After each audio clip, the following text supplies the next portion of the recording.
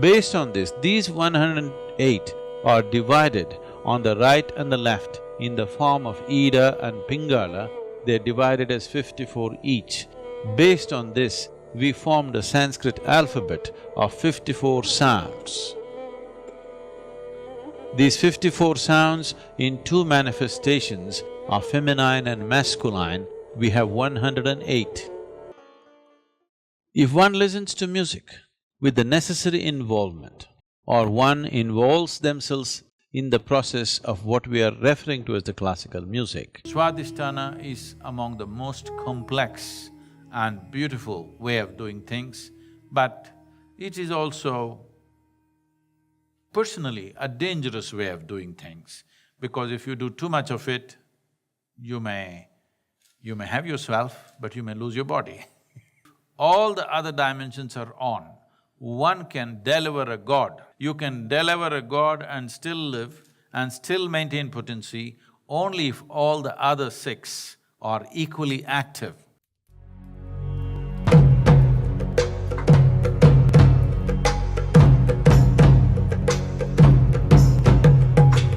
What we refer to as the universe or as cosmos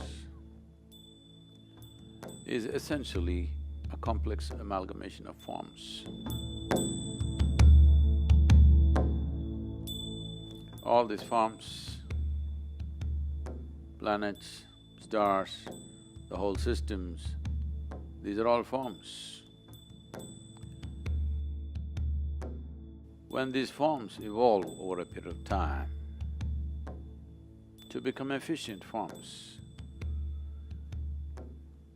seemingly perpetual, they have become seemingly perpetual in our experience because of the perfection of geometry that they have arrived at. It's not something that it suddenly happened. Each one of these forms have evolved over a period of time. Certain forms which evolved beyond a certain point. When I say a certain point, if a form evolves beyond what the human form is competent of doing, then we would refer to that as the divine form, because anything that is above our capability and competence becomes divine in our experience. So when we say divine forms, the misunderstanding in the monotheistic religions is that those who have many forms have lost their way. That is, they do not know what divinity is, they have invented too many images. These forms are not invented, they're derived. By observing the nature of the universe, identifying that certain forms are able to perform and exist in a reverberance which is beyond what is normally considered human, then all those forms we identified as divine forms, which are worthy of looking up to. Above all, these are forms we have to learn how to use, how to become accessible to these forms which are more competent forms than our own form. There are natural forms on this planet which can function in a higher intensity than the human form, or we can assemble forms, or we can create forms, a certain combination of forms which will function in a higher way than the way we are right now. In fact, the whole system of yoga is just about arranging or rearranging your own form. These 114 chakras, which are a certain energy forms by themselves, if we rearrange them in a certain way, the same human being who has just flesh and blood, living within the compulsive nature of that dimension of life, can suddenly be transformed into a higher possibility. It is those people who have transformed themselves or the geometry of their existence to a higher level, either by realization or by understanding or by sheer intensity of energy or emotion. They have transformed themselves into a higher geometric form so that their very presence exudes a completely different dimension of energy, a complete different possibility becomes available around those forms. Then we refer to those forms as divine forms. So in India, such people get referred to as Bhagwan, or there are so many other names which essentially means godlike or divine. The nature of the human body has come with a certain arrangement. There's a whole science which has become a very quasi kind of science these days because of the intuitive sciences have fallen on bad places because general integrity in the society has fallen. People start saying things, guesswork is considered intuition. Otherwise, whenever a child is born, usually in India, they used to call a person who's intuitive, who'd come and observe the geometry of the child's body and would say, this is what is possible in this child's life. Not by looking at the stars, but simply looking at the geometry of the child's body, the energetic geometry of the child's body. Probably most of you have heard about how a certain person predicted Gautama, the Buddha's future. He said he will either become a great emperor or a great saint. So this may, for logical minds, this may look like, oh, this is, come on, this or that. Both sides of the coin, if you say you're bound to be right. No, he's only talking about looking at the intensity of the geometry. He's saying either in the material world he will achieve great things. Because he's a king's son, he's saying maybe he will become a great emperor. Or because of a certain observation, if such intensity is there in the child, why would he waste his time ruling over people? He would rather embrace them, which is more sensible to do. He would rather transform them, which is more sensible to do. So, he said the intensity is going beyond being an emperor. Being a king's son, probably he will become an emperor. But when I look at the intensity of the geometry, maybe he will become a great sage. Well, he turned out the other way around. He was not wrong in that prediction. If he had fallen back in his life for some reason, maybe he would have become a great emperor, a conqueror. Maybe he would have conquered many lands and become a great emperor. Great emperors did not happen without so much guile, violence and many things which most people wouldn't want to do in their lives. To be a great emperor, you have to do many things that a whole lot of sensible people will not be willing to do. So Gautama chose the other way around and the prediction was not wrong. The prediction is he is looking at the seed and this can become a great tree. So the geometry of the body, rearranging the geometry of the body is about creating a divine form from an ordinary flesh and bone system that we have. Is something wrong with flesh and bone? Nothing wrong. It comes with its limitations. It's a compulsive form. Is something wrong being compulsive? Nothing wrong if you don't appreciate what it means to be free. Nothing wrong being compulsive. Is something wrong being a creature on this planet? Nothing wrong. It is just that if you die without exploring the possibility of being something more, human life does not get fulfilled. Every life, from the smallest to the biggest, is aspiring to become a full-fledged life. Because the human being has come with this possibility which is quite limitless, because of that, People are trying to fix their ambitions and goals in their life. What is a seamless possibility? People are trying to fix it so that they will feel like achievers. If they pass an examination, they feel great. If they get a job, they feel great. If they earn $1 million, they feel great. Some nonsense like this. This is like, among the lame people, you're a champion just because you have 2 legs. Human possibility has come with a seamless possibility. There is no way you or me can fix a goal, if I reach this, I'm done. It's a stupid way to culture one's life. If you arrange your inner geometry properly, this becomes a machine to go very far. How far it goes internally is entirely determined by the human being, the individual being.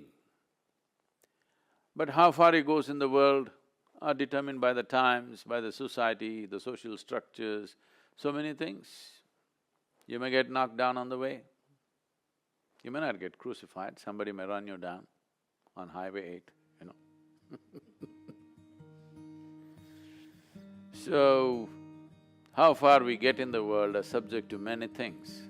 How far we get within ourselves is just a question of arrangement of geometry, understanding, realization, understanding and the competence of being able to arrange it. The whole yogic system, starting from the physical phase of asanas to everything, is essentially to reorganize or to re-engineer our geometry in such a way that it begins to function in a way that you have not imagined possible till now. To live your life beyond your ambitions. The stupid ambitions have come to you because of a limited society in which you're living. Based on that, if you are a little one step ahead of your neighbor, your ambitions are realized. No, I'm not just thinking about this, I want to be the richest man in United States. It is still among the lame. Among the lame, you're a champion, that's all. So, a seamless possibility need not be encapsulated into something silly based on the circumstances in which we are living right now. Today, it is common scientific knowledge that the whole existence is a reverberation of energy. Or in other words, the whole existence is oscillating between being physical existence and being a vibration. So the source of all that's physical in the existence today, as per modern science, is a reverberation or a vibration.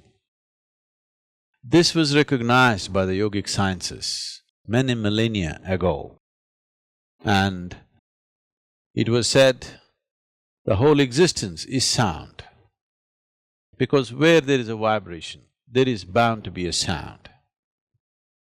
Vibration is only a description, but in human experience, all vibrations, we experience them as sounds. Among the vibrations that happen in the existence, not all of it is right now available to the human ear.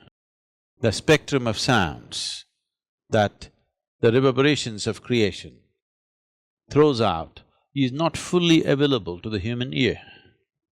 Only a small band of frequency is available. This we call as the sonic sounds. What is above or over that is called ultrasonic. What is below is subsonic.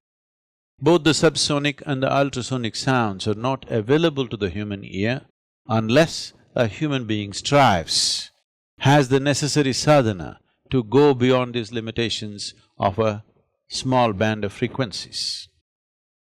People who are in a certain state of sadhana, which is referred to as the Ritambara Prajna, may hear sounds beyond its spectrum. Otherwise, most human beings are limited to this small band of frequencies. What we refer to as music is a more refined arrangement of these sounds that the creation is already making. The Indian classical music particularly comes from a very deep understanding of the human system, because all our experience of life is essentially happening within us. Light and darkness is happening within us, sound and silence is happening within us, joy and misery is happening within us, agony and ecstasy is happening within us. Every human experience happens only within ourselves, never outside of ourselves. Because we are the basis of our experience, everything that we do is based upon the nature of the self. Because of this, the music identified certain dimensions of the body which are responsive to the sounds that we generate or the sounds that come towards us. The human system being seen as 5 koshas or 5 sheets or layers of body, the Annamaya kosha, the Manomaya kosha, Pranamaya kosha, Vijnanamaya kosha and Anandamaya kosha. Among these 5, Pranamaya kosha is the most significant one. Pranamaya kosha is made up of 72,000 nadis, which meet and redistribute in 114 significant ways, or there are 114 junction boxes in the human system. Of these, 2 are outside the physical nature and 112 are within. Out of these 112, 4 are dormant to a large extent. So 108 active energy centers in the body are chakras in the body. Based on this, these 108 are divided on the right and the left in the form of Ida and Pingala. They're divided as 54 each. Based on this, we formed a Sanskrit alphabet of 54 sounds. These 54 sounds in 2 manifestations of feminine and masculine, we have 108. These 108 sounds, these 54 in 2 different shades or 2 different manifestations amounting to 108 has a significance, and the whole music system evolved out of these 108.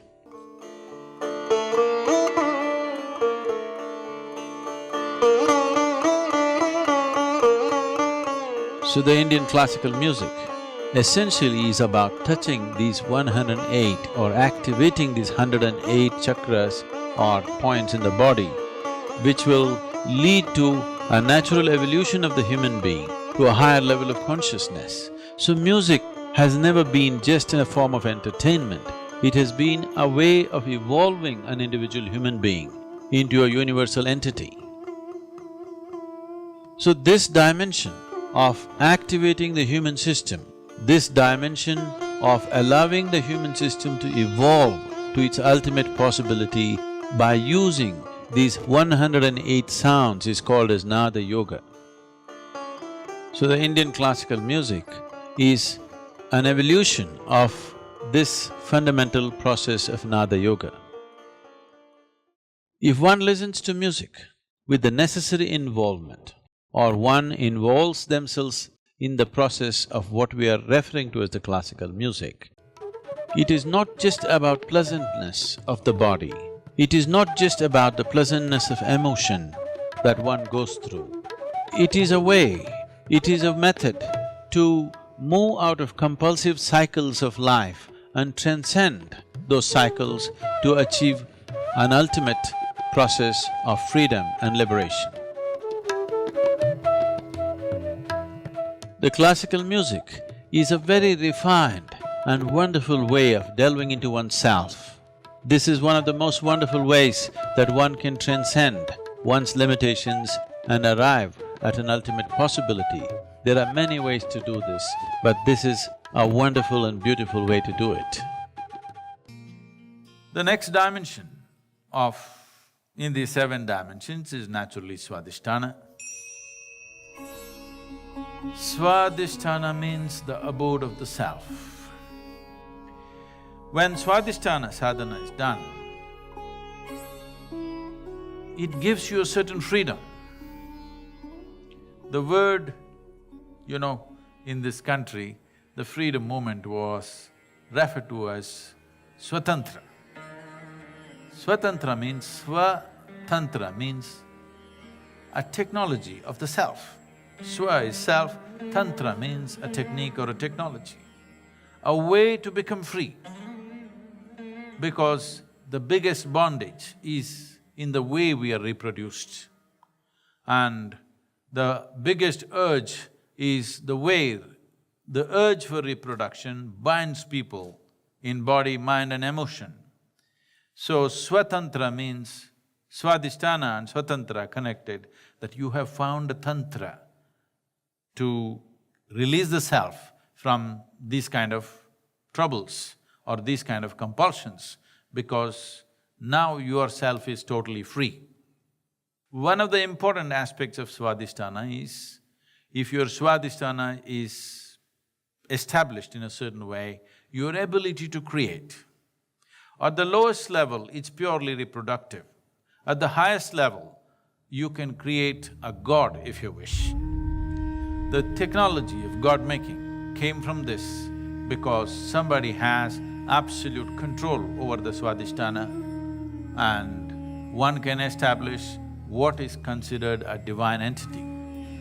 Of all the things that we can do in this system, Swadhisthana is among the most complex and beautiful way of doing things, but it is also personally a dangerous way of doing things, because if you do too much of it, you may have yourself, but you may lose your body. A beautiful self, but no body. This may happen to you if you go too much on it or if you lose control over it. Many who created divine entities generally felt creating one divine entity was good enough and they gave it all and they're left with it. Or they gave it all and became dissipated because of that. Some retain the possibility of doing more.